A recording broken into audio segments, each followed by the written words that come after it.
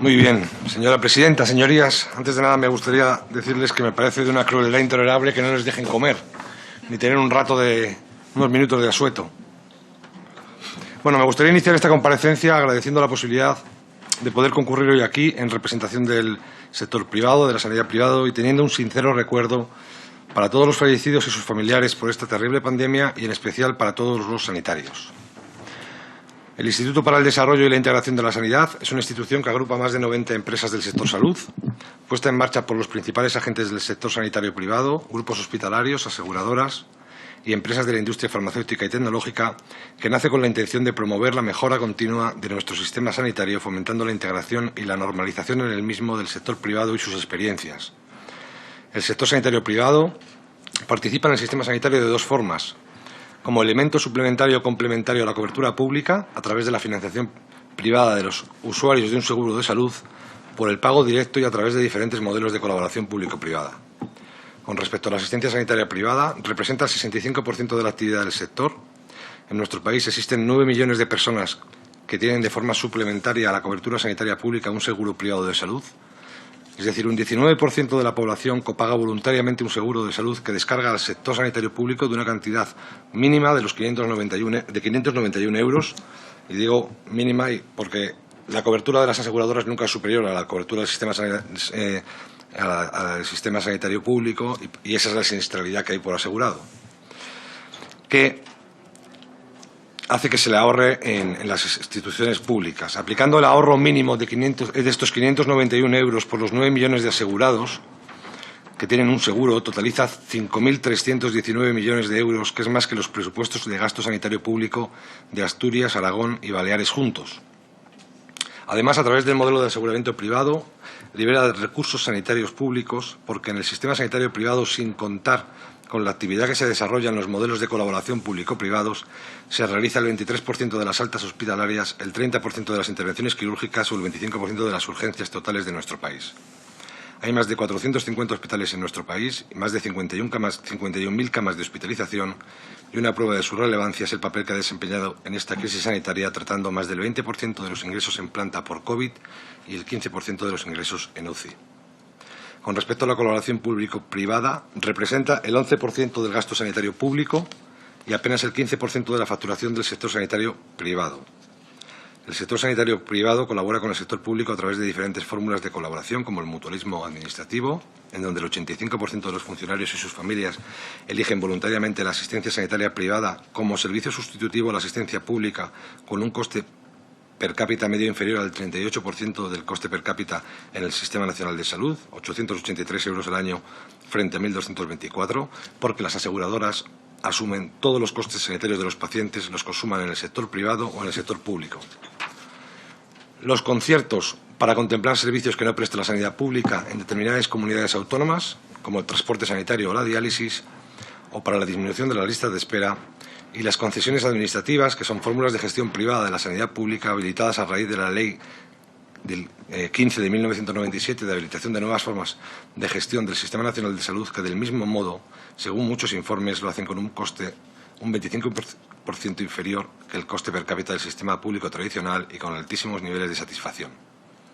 En total, y según las cifras del 2018, el sector sanitario privado de nuestro país representó el 2,6% del PIB, el 30% del total, y el público el 6,3% del PIB, para sumar un total conjunto del 8,9%, cifra muy por debajo de la media de los países de la OCDE, que es del 10,1%.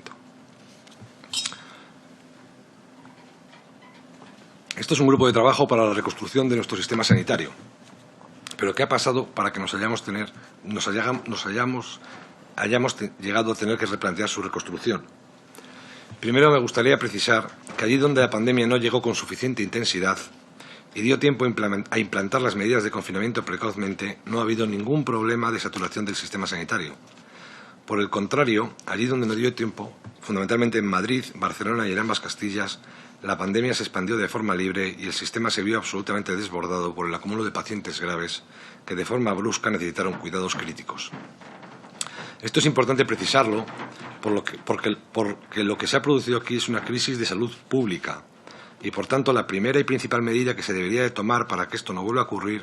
es desarrollar la Ley General de Salud Pública promulgada en el año 2011. Con un sistema de alertas y vigilancia epidemiológica adecuado, podemos sufrir una pandemia, pero se puede evitar la saturación de los servicios sanitarios, como ha pasado en esta ocasión, y los miles de fallecimientos que no tenían que haber ocurrido. Pero, sin duda, toca hablar de rehacer o reconstruir nuestro sistema de asistencia sanitaria, porque ya antes de la crisis mostraba clarísimos signos de agotamiento que, por cuestiones de interés político, no se han querido afrontar y que han contribuido a que los devastadores efectos de la pandemia se hayan agravado. Así, las dificultades en la accesibilidad al sistema de salud en forma de listas de espera, la falta de equidad entre comunidades autónomas para el acceso a nuevos tratamientos o tecnología, la falta de la promoción de la investigación, el sistemático o abandono del sector sociosanitario y la dependencia, y la falta de colaboración directa con el sector privado, colaboración que sí que es verdad que durante esta crisis se ha realizado al 100% con absoluta normalidad en algunas comunidades autónomas y evidente éxito en su funcionamiento, son males que ya existían antes del COVID en nuestro sistema sanitario y que, eso sí, con la pandemia se han mostrado en su máxima expresión. Es decir, teníamos un serio problema antes del COVID de atención sanitaria y social, porque el sistema que dejamos antes de la crisis del 2008 se ha ido quedando pequeño y anticuado, según ha ido aumentando la demanda por el envejecimiento y la cronificación.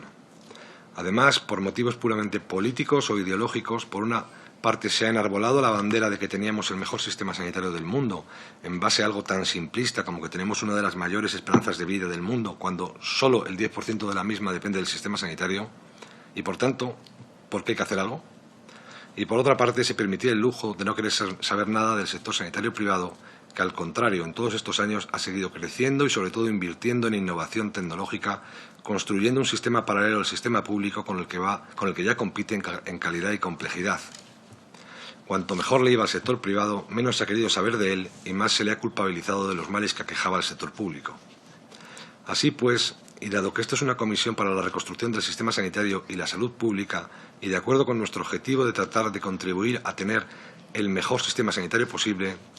primero me adelanto de decir que estamos aquí sin abrazar ninguna ideología concreta ni partido político alguno. Todos queremos un sector sanitario público fuerte, que dé la mejor asistencia sanitaria posible a los ciudadanos. Todos queremos un sistema sanitario universal con los máximos niveles de accesibilidad y equidad y con el máximo nivel de coberturas tanto en cartera de servicios como en prestaciones. Entendemos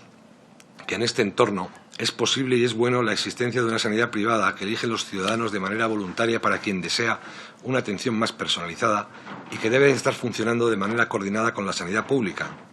integrada en torno a la figura del paciente y con un marco estable de colaboración entre ambas partes que sea beneficioso para todos. Por último, y esto es importante que se entienda, al sector sanitario privado no le interesa que le vaya mal al sector público. Al contrario, mientras el sector público tiene que dar una oferta equitativa a todo el mundo, la base de nuestro sentido es la atención personalizada. Nosotros queremos la mejor sanidad pública porque no pretendemos sustituirla, sino dar un servicio diferente cuando lo quiera el ciudadano o se necesite complementarla, como hemos hecho durante esta pandemia o hacemos para contribuir a solucionar la lista de espera. Por tanto, nuestras propuestas serían: primera, con respecto a la financiación, es imprescindible incrementar la financiación sanitaria pública, como mínimo al nivel de los países de nuestro entorno e idealmente en el orden de 2 puntos del PIB antes del COVID, a fin de recuperar y compensar lo perdido desde la crisis del 2008, las nuevas circunstancias demográficas y sanitarias de la población actual, e incluir como parte de un todo la financiación de los servicios sociosanitarios y la dependencia. No debería de haber solución de continuidad en el ciclo de vida del paciente desde que nace hasta que fallece. Obviamente, la gestión de la asistencia sanitaria debe de estar transferida a las comunidades autónomas, pero debe de ser dentro de un marco en el que, en mi opinión, se dote una financiación finalista para la salud, a través, por ejemplo, de un modelo cápita por ciudadano con las correcciones que sean necesarias, según criterios de eficiencia clínica. Se debe de establecer el sistema para que el sector sanitario participe de alguna forma en las decisiones sobre la financiación de la sanidad pública y no que esté todo en manos de las consejerías de Hacienda o en el Consejo de Política Fiscal. Con respecto a la cartera de servicios y prestaciones, hay que definir realmente, en función de la financiación que podamos aportar al sistema, qué servicios y prestaciones podemos garantizar a la ciudadanía de una forma equitativa. Y hay que introducir el factor tiempo para priorizar procesos graves de procesos leves, porque ¿cuál es la lista de espera óptima para un juanete? Lo que está claro es que para un cáncer debe de ser la atención inmediata. Hay que reevaluar estas coberturas con la colaboración de las sociedades científicas y las asociaciones de pacientes, que deben de tener un papel protagonista en el ámbito de decisión de las diferentes estructuras sanitarias. En cualquier caso, y para garantizar la equidad, que es lo que ordena la Ley General de Sanidad del año 86, y si no nos gusta la cambiamos, pero es lo que tenemos, las coberturas deben estar definidas por el Ministerio y debe de ser igual en todas las comunidades autónomas. Las coberturas sanitarias no pueden regirse por el principio de mínimos y que luego cada comunidad autónoma las amplíe como considere, porque eso va en contra de la igualdad en los servicios recibidos, que es lo que promulga la ley vigente. Tercero, con respecto a la digitalización, es imprescindible llevar nuestro sistema sanitario al siglo XXI, para lo que hay que generar un sistema de identificación de los ciudadanos único y válido para todos los territorios y para todas las instituciones del sector, con independencia de su nivel de atención y de su titularidad. Además, es preciso promover de forma obligatoria la digitalización de todas las estructuras sanitarias, con independencia de su nivel de actuación y su financiación en torno a los pacientes y a las personas que son las realmente protagonistas de este tipo de servicios por encima de intereses políticos, profesionales o empresariales. Debe de existir, en definitiva, una historia clínica única e interoperable que dé continuidad asistencial a los pacientes con independencia de los diferentes niveles de atención y con independencia de si las instituciones son públicas o privadas, para evitar duplicidades e ineficiencias. Cuarta propuesta, con respecto a los resultados e indicadores sanitarios. Si no mides, no puedes mejorar. Hay que promover la transparencia del sistema, fomentando la publicación obligatoria de resultados e indicadores sanitarios y, en función de estos, elaborar un mapa de la realización de procesos en los centros en función de efectividad en los resultados sanitarios y siguiendo criterios de eficiencia clínica. No puede ser en función de criterios políticos. Quinto, con respecto a la Ley General de Salud Pública, hay que desarrollarla y poner en marcha la Agencia Estatal de Salud Pública, promovida por el Estado y las comunidades autónomas, que coordine y controle tanto las medidas de salud pública, la vigilancia epidemiológica, el control de enfermedades, como las medidas de prevención contra los factores de riesgo de la población o el control de la calidad asistencial y el acceso a los recursos de forma equitativa. Una agencia de salud pública que tiene que dotarse de medios y que debe estar en constante relación y coordinación con las autoridades autonómicas, pero que debe de ser la máxima autoridad con respecto a estas materias en un momento dado. Hay que diseñar un protocolo de actuación específico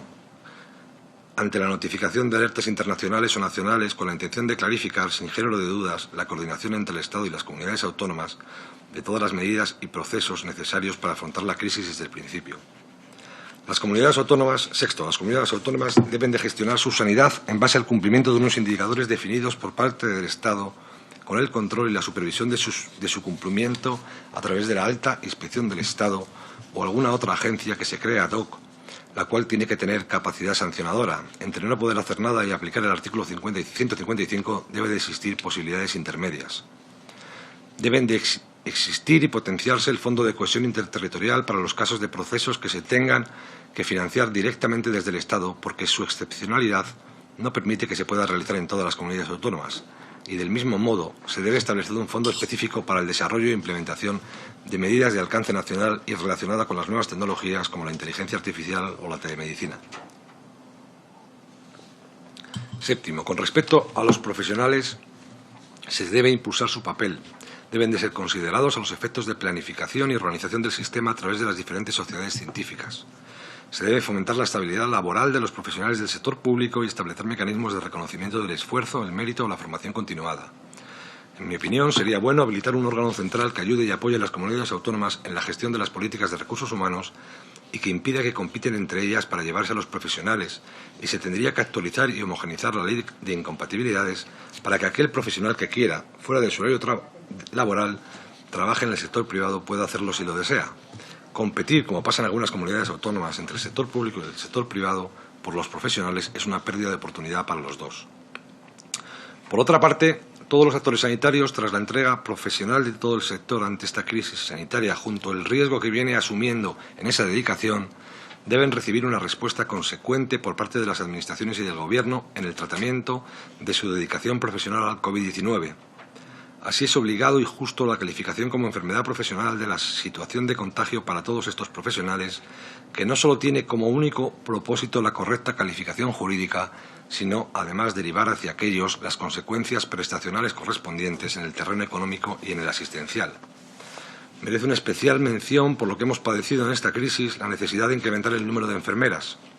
España es uno de los países de nuestro entorno con menor ratio de enfermeras por 100.000 habitantes, así como su capacitación y especialización. en especial las de los servicios especiales, UCI y quirófano, y las de la atención comunitaria para potenciar los servicios de atención primaria y la asistencia y seguimiento domiciliario.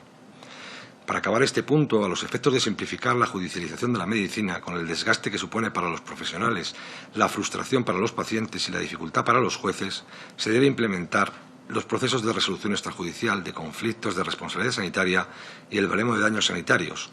Ambos mecanismos permitirían una pronta y justa solución en más del 70% de los casos. Octavo,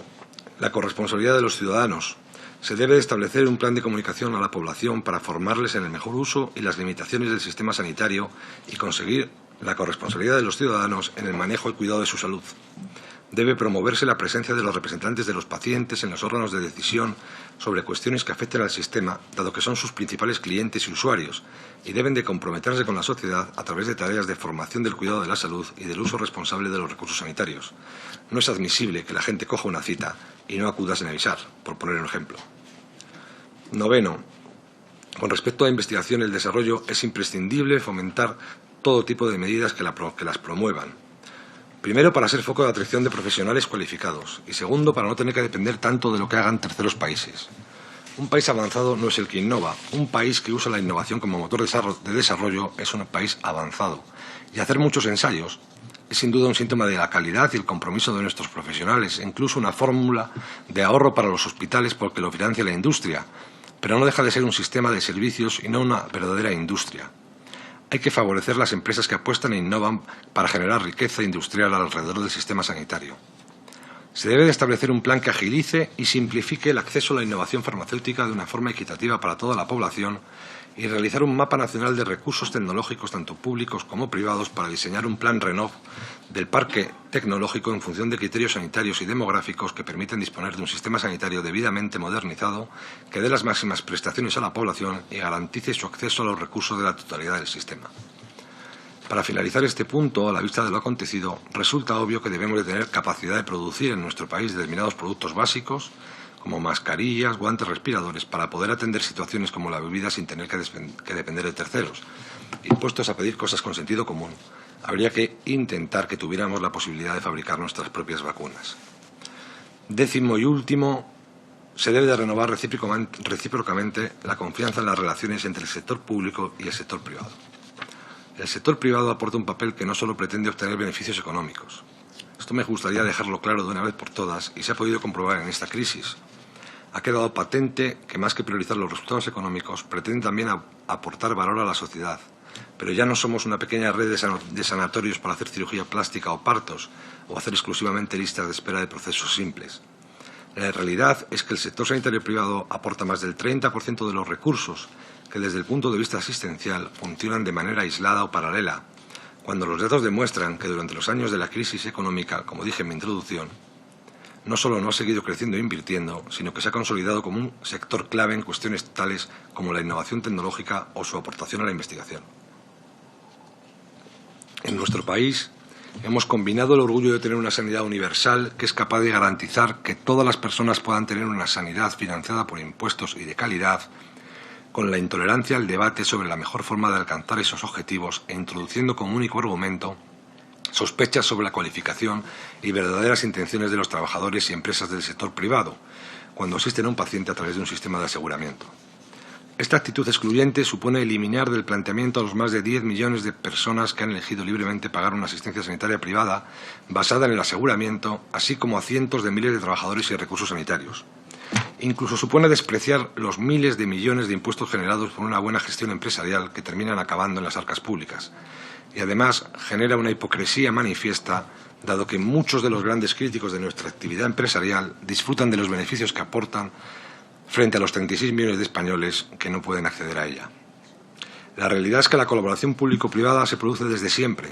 se reconoce desde los principios de nuestra democracia en la Ley General de Sanidad del año 86 y se viene dando con distinta intensidad en todas las comunidades autónomas con todo tipo de partidos políticos,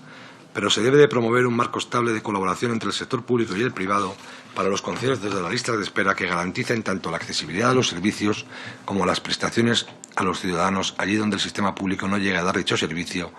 y de seguridad jurídica del sector. Es decir, insisto, debemos de recuperar la confianza mutua. Del mismo modo, y hablando del mantenimiento o la promoción del sistema de colaboración público-privada, creo que habría que tratar de mantener, potenciar y promover el modelo de las mutualidades administrativas que tanta satisfacción crea entre los funcionarios y que es un derecho reconocido históricamente desde los tiempos de los Montepíos, mucho antes del siglo XX, que por cierto fue ratificado por parte del Partido Socialista en la Ley General de Salud Pública del año 2011. Como he dicho al principio de mi intervención, por cada uno de los 9 millones de personas que tiene un seguro de salud voluntariamente, gasta un importe que ahorra una cantidad mínima de 591 euros a las arcas públicas. Esta cantidad da margen para fomentar la implementación de mecanismos de ayuda fiscal para que la población que pueda se haga un seguro y deje un espacio en la cola a aquel que no se lo puede permitir. La existencia del sector privado hay que normalizarla definitivamente. La provisión sanitaria pública no es suficiente para absorber la demanda sanitaria de la población, ya de la sociosanitaria ni hablamos. Y cuanto menos se ha querido saber del sector privado, mejor le ha ido este y peor le ha ido al sector público. En estos días he podido comprobar cómo algunos ponentes pedían eliminar las desgravaciones fiscales a los seguros de salud para los empleados de las empresas. Me gustaría llamar la atención sobre esto, primero porque a través de esta fórmula acceden a los servicios sanitarios privados más de 3 millones de ciudadanos. Segundo, porque es el beneficio social más apreciado por parte de los trabajadores. Y tercero, porque los que lo plantean supongo que caerán en la cuenta de lo que va a suponer en forma de más colapso para un sector público saturado y, por supuesto, de pérdida de puestos de trabajo por el cierre directo de decenas de centros sanitarios privados. Por cierto, que lo mismo pasaría si se replanteara la continuidad de las mutualidades administrativas, modelo ya de por sí en riesgo por su más que clara y denunciada infrafinanciación, afectando en estos casos sobre todo a provincias y contribuyendo con ello al cierre de los hospitales y todo el negocio indirecto que genera a su alrededor. El sector sanitario privado asistencial emplea casi 300.000 puestos de trabajo directo, cualificados en nuestro país, cuyo concurso y normalización en el sistema sanitario puede ser beneficiosa tanto para las administraciones como para los pacientes y el propio sistema sanitario público. Por último, en los efectos de esta comisión, creo que se debería promover de una vez el Pacto por la Sanidad que desde hace tanto tiempo le reclama a la sociedad, para tratar estos y otros asuntos, contando y despolitizando el papel del sector privado que ha demostrado su predisposición a aportar valor por encima de sus propios intereses empresariales en esta terrible crisis del COVID-19 que nos ha asolado. Por todo esto, para acabar, me atrevo a decir que la transformación profunda de nuestro sistema sanitario no es una opción. Es una necesidad que se ha convertido en una obligación, sobre todo desde la posición en defensa del sector público que todos apoyamos y defendemos. Muchas gracias. Muchísimas gracias, señora Abarca. A continuación, tiene la palabra